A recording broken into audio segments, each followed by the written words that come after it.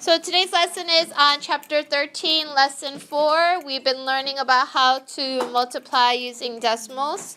Today's lesson is right along those lines, except that you're going to find the product of 2 decimals instead of just 1. So let's look at the problem on page 278 at the top.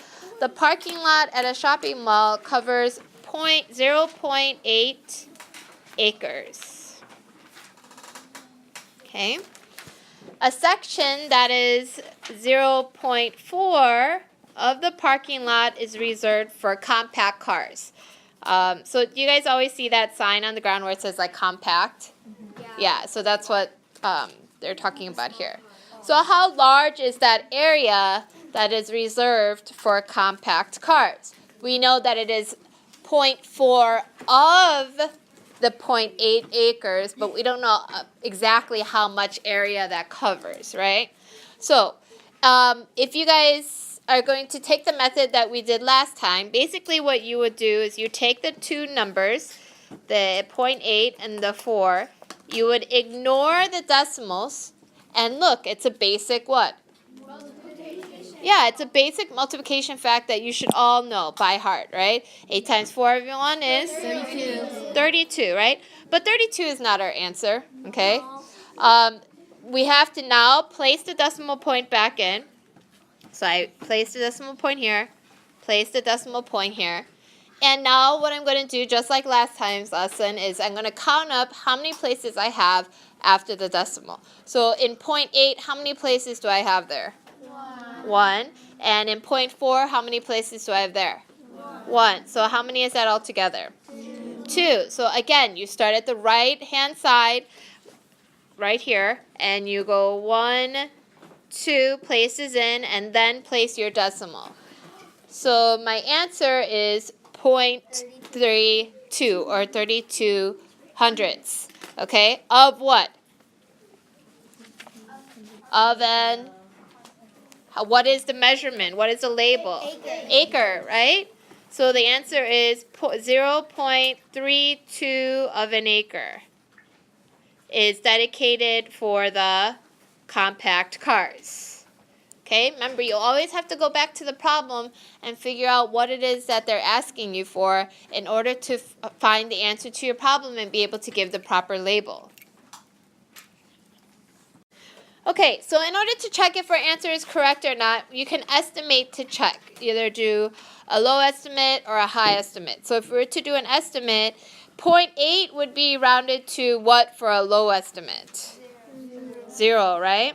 So 0.8 would be about 0, and 0.4 would be about 0. So my low estimate is 0, okay? But if I were to do a high estimate, 0.8 would go to what?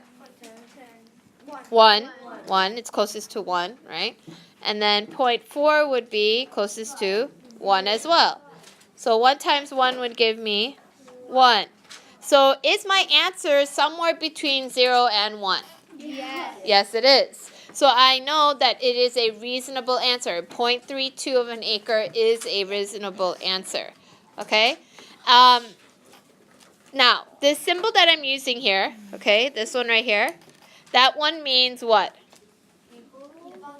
About to equal, okay? So it's about because we're doing an estimate, right?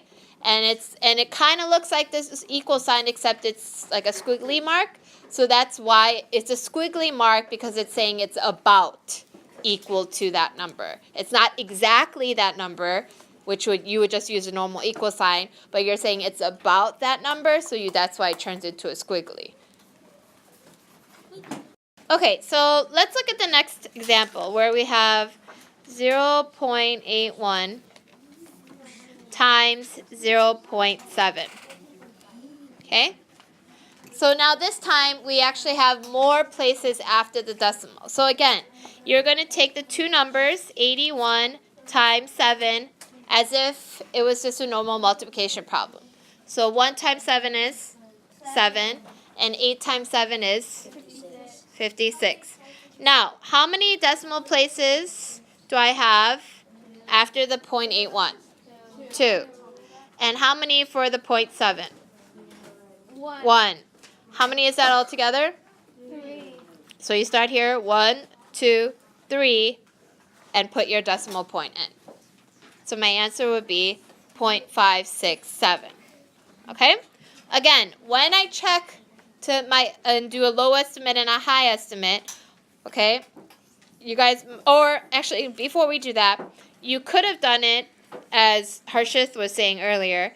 You could have taken the 81 and made it 81 over hundredths times 7 over 10 and done it that way and multiplied across, and you get 567 over 1,000, and then you change that into a decimal, which is 0.567.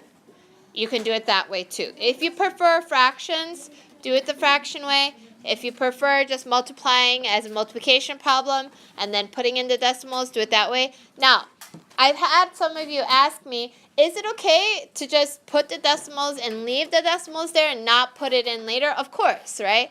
You're not going to always want to take away the decimal. This is just so that you guys understand how to make it easier on yourselves, but you don't need to take away that decimal and then put it back in later. You might as well just write it with the decimal and not forget to put it back in later. Okay, so that's totally fine.